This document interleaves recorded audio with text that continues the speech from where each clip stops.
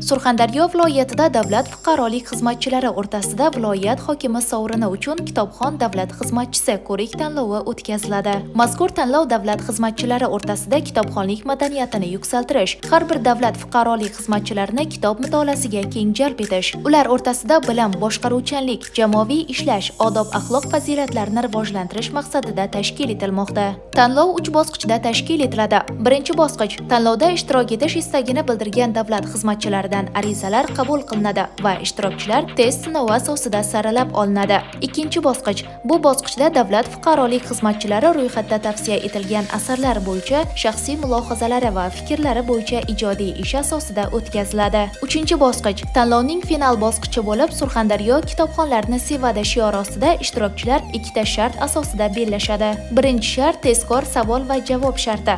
Ikkinchi shart yakuniy bosqich. Berilgan kitob qahramonlarini to'liq tavsiflab berish hamda kitobda ko'tarilgan masalani misollar keltirgan holda mazmun mohiyati, g'oyasi va ahamiyati to'g'risida to'liq sharhlab berishi so'raladi. Tanlov g'olib va sovrindorlari tantanali ravishda quyidagicha taqdirlanadi. Birinchi o'rin avtomobil, ikkinchi o'rin 15 million so'm, uchinchi o'rin 10 million so'm pul mukofotlari hamda kitoblar to'plami bilan taqdirlanadi. Tanlovga qatnashish uchun arizalar 28 fevral kuni soat 20:00 da yakunlanadi.